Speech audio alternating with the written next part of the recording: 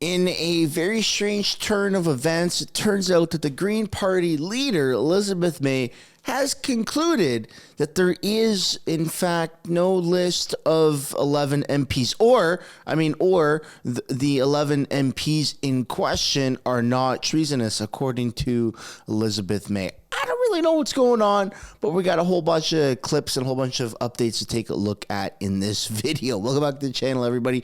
Before we get into it, I do want to encourage you all to smash the like button and subscribe if you haven't yet already. It does very much help grow the channel, and I want to encourage you guys to stick around for the full video because there's a lot in here that you're not going to want to miss, such as Mayor of Toronto, Olivia Chow, has been meeting with the bank CEOs in a bid to revitalize the financial district. Toronto's downtown has taken a hit since the Chow thinks a mandate to work in office 4 days a week will help boost things. Do you agree with mandating a return to work? For those who don't really understand this, a lot of companies have not issued a return to work mandate. So a lot of people are still working from home. And in fact, the government is actually trying to reduce the amount of days you work to 3 days a week. Kind of crazy what's going on in Canada. We're working less. Our money means less. We're not really able to buy as many things as we once was. I think something is going on, folks. I'll be honest. I think something is going on. Next up, we have Chrystia Freeland, who says it's not fair wealthy Canadians pay less taxes than a nurse and carpenters who want to hike capital gains tax instead of lowering taxes on nurses and carpenters. Do you think the government should have the ability to pass legislation while being suspected of treason?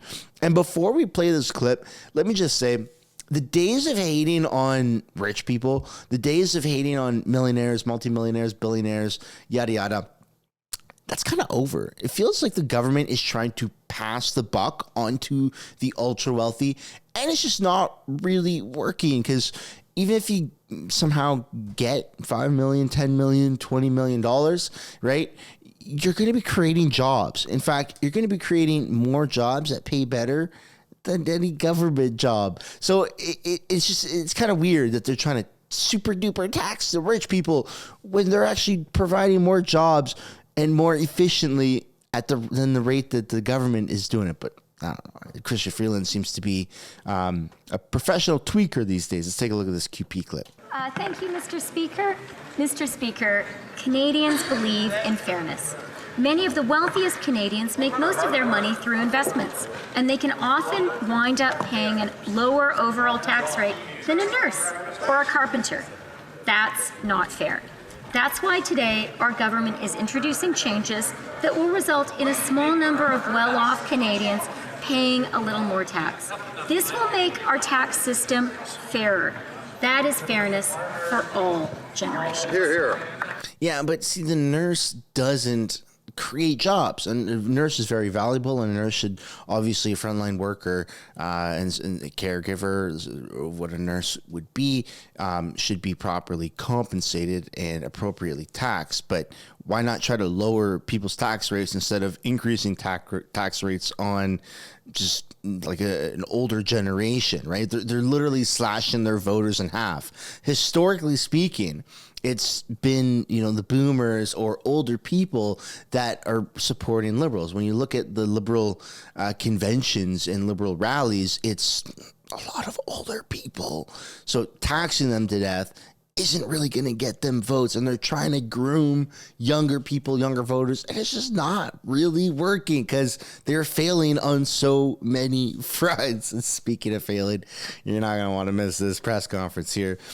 Minister of Finance. Under this plan, a couple who buys an investment property would pay no additional tax on the first $500,000 of profit. Why? Why are the first 2 points she gives directly related to real estate investing? I want to highlight 4 important points about this change.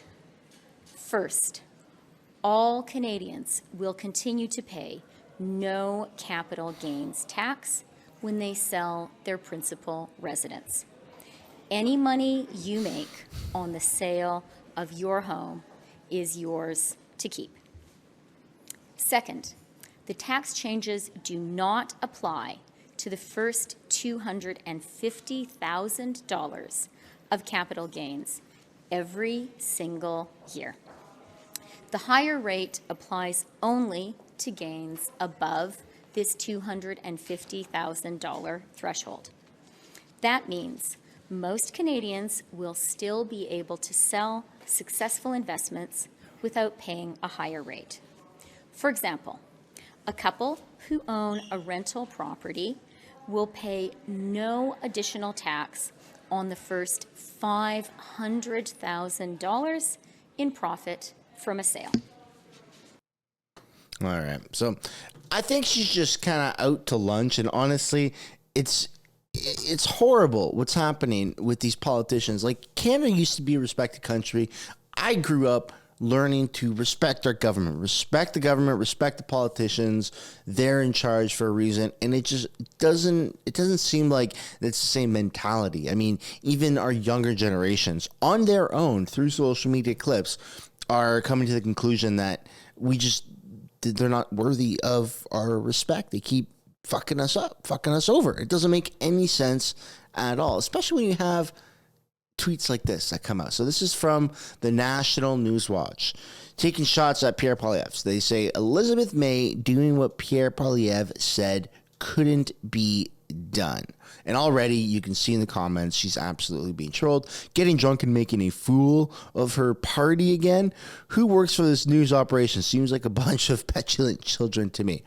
So what are they talking about? They're talking about this clip right here that's going viral of Elizabeth May.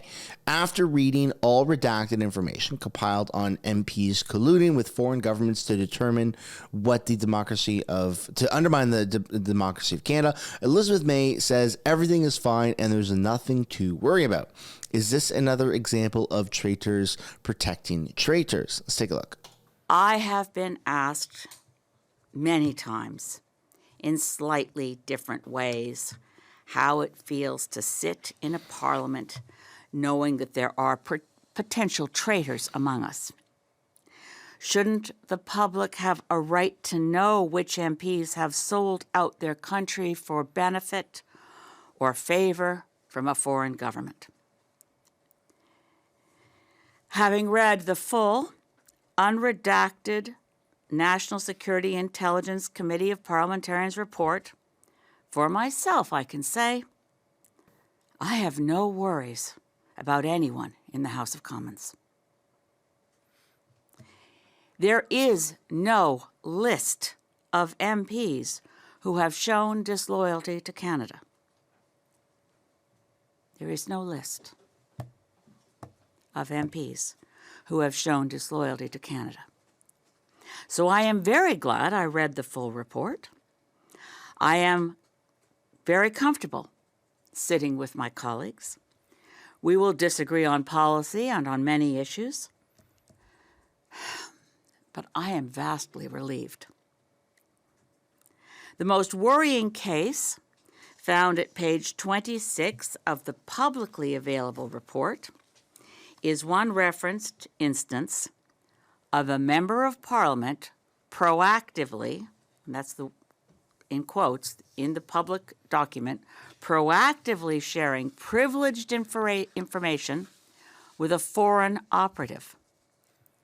That person should be fully investigated and prosecuted. That person is a former MP. The few named people may be compromised. They have been beneficiaries of foreign governments interfering in nomination contests. Saying as I do that I'm relieved does not mean that there is nothing to see here, folks, so let's forget the whole thing. Didn't she just start off this speech by saying there are no names, and now she's saying there are names? Like, this woman is a walking contradiction. That's why nobody takes a Green Party seriously, except, of course, people that sell wine. There are clearly... That's because Elizabeth May got drunk at a gala and in front of all of the politicians and made an absolute fool of herself. I'm assuming it was on wine. That's what that was referring to for those who didn't get it.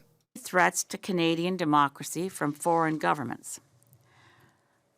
I would like to suggest to all colleagues in Parliament, particularly leaders of the other parties, that we refocus our public statements and parliamentary debates on what steps need to be taken to better protect our democracy.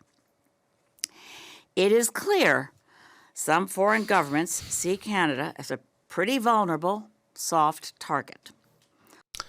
Oh, I don't know. Off the top of my head, that creepy bald guy who speaks with that German accent who goes, I have penetrated the Liberal cabinet, including but not limited to Justin Trudeau.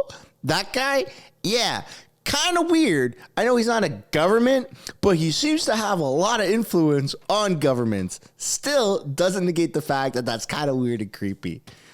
All recommendations of the hard-working National Security Intelligence Committee of Parliamentarians should be implemented. They have worked harder and have more deep background than any other MP.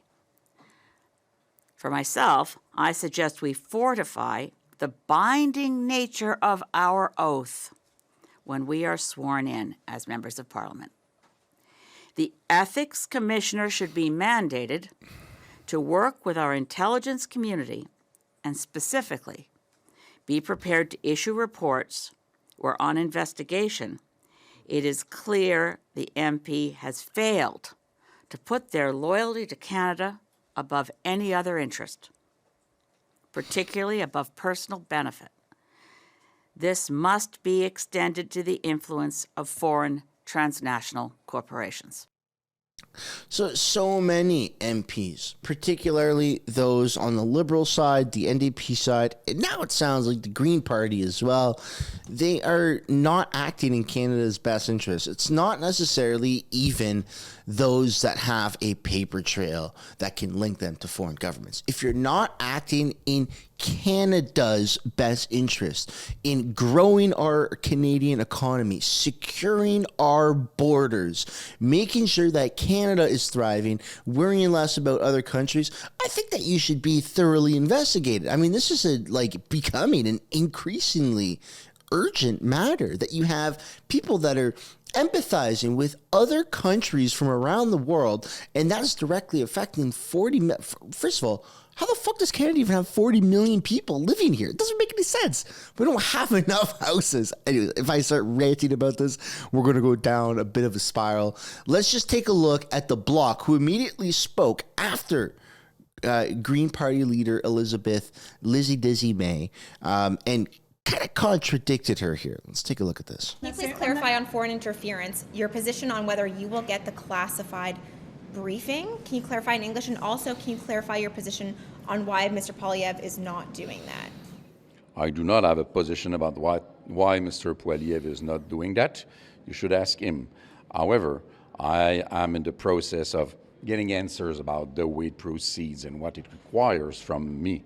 I want to make certain that there is none of my MPs which has any kind of implication with the foreign and hostile power.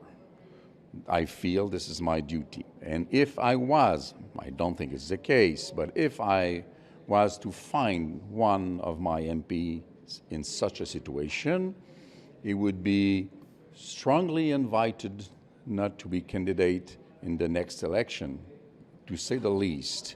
And I feel that it would be irresponsible from any other party leader not to do the same. We know, without the details, that in the Liberal caucus and or the Conservative caucus and or the NDP caucus, there are some members which should not be candidate in the next election. Either they collaborated with foreign power intentionally or stupidly.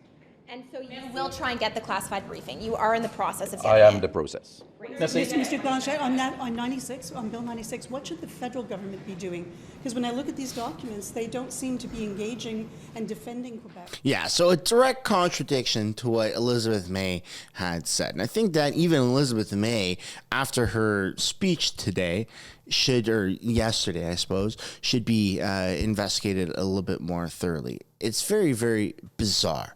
And speaking of bizarre, we're going to take a look at total bizarro world, wacko world even. You have people that are congratulating Jagmeet Singh on X. I know. Very few people in this world actually live in this little bubble, but let's take a look as to why they're congratulating him. Credit where it's due. The Jagmeet Singh appears to be the first and only party leader who has publicly announced his intentions and is taking the issue of traitors in Parliament seriously. I didn't think it was possible, but there may be a road to redemption here for him and the NDP. What the hell is going on? The CBC Watcher posted, Singh says he will toss treasonous NDP MPs from caucus and bar them from running as candidates after reading the unredacted NSICOP report. Says he's taking serious reflection on releasing other party MPs' names. I mean, if that's the case, then yes, I will congratulate him. But we have to see this first instead of just, it being words. Let's take a look at the video. You, on the floor of the House of Commons, if you get the names in your briefing, release them because you're not a member of the committee, so you would be allowed to do that.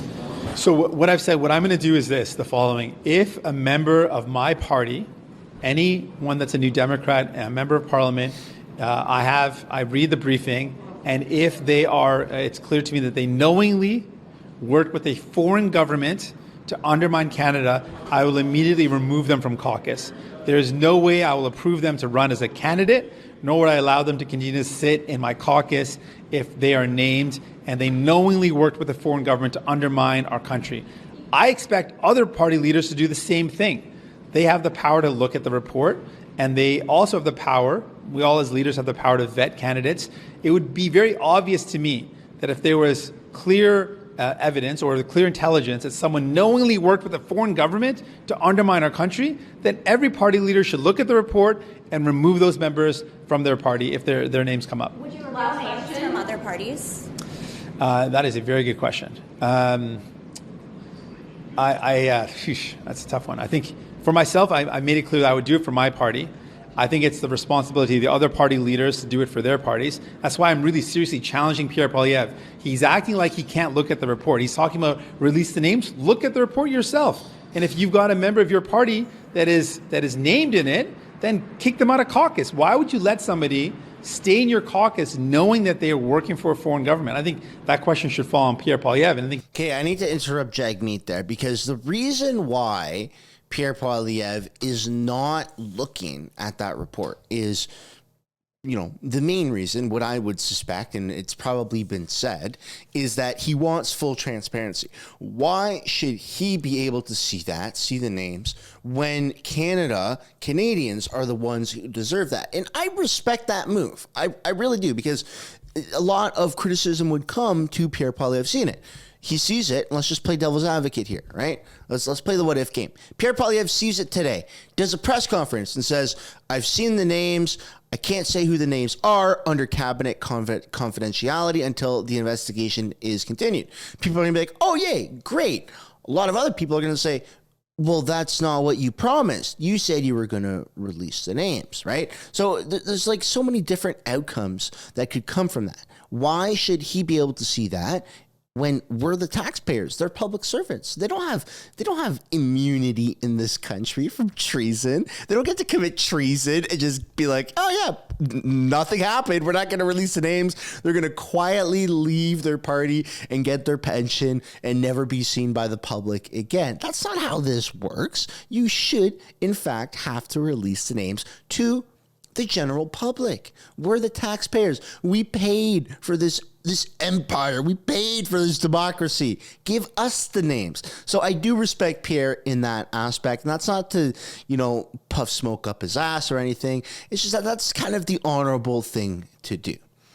All right, let's continue. I think he should answer that. And Justin Trudeau is known for 11 weeks, and has not done anything. So, I mean, how is he not taking this seriously? The question about whether I would name MPs of other parties, if they're in there, as something I got to take some serious reflection on. What's the appropriate way? I will demand next steps once I read the report. What those next steps are have to be fair, have to follow due process, and I'll consider what those next steps will be. But I'm demanding next steps, and I'm going to look at the report, and I will tell you what the next steps are. See, that's what would happen if Pierre saw it, is exactly the predicament that Jagmeet is in. Well, I'm gonna do everything I can for the public, but there also is a process that I must follow because this is Canada and we're a first world country and we don't just blah, blah, blah, blah, blah, rat people out willy-nilly. These are public serving members of Canada within government. We can't just throw them in jail, blah, blah, blah, blah, blah. So that's the exact predicament that Pierre Poilievre would be in. And I would rather this cockroach right here, Jagmeet, be in that predicament than Pierre Poilievre, because let's be honest. When it's looking at the elections, Jagmeet's not going to win. He's not going to win anything. I mean, Pierre Poilievre is the front runner for absolutely everything. That's why he's still leading in the polls. 211 seats projected, 183 bottom, 232 top. I mean, the NDP is looking at 20 seats, for crying out loud, right? 99% likely winning, 99% likely winning a majority government. So, I mean, NDP has like little to no chance in winning at all. And on that note, that is a fantastic way to end this video. I would love to know what you guys think down below in the comments. Should Pierre see the unredacted report, or should that be preserved for the general public? Let me know what you guys think down below. On your way out, I would like to encourage you guys one last time to smash the like button, subscribe if you haven't yet already, and we will see you in the next one. Bye for now.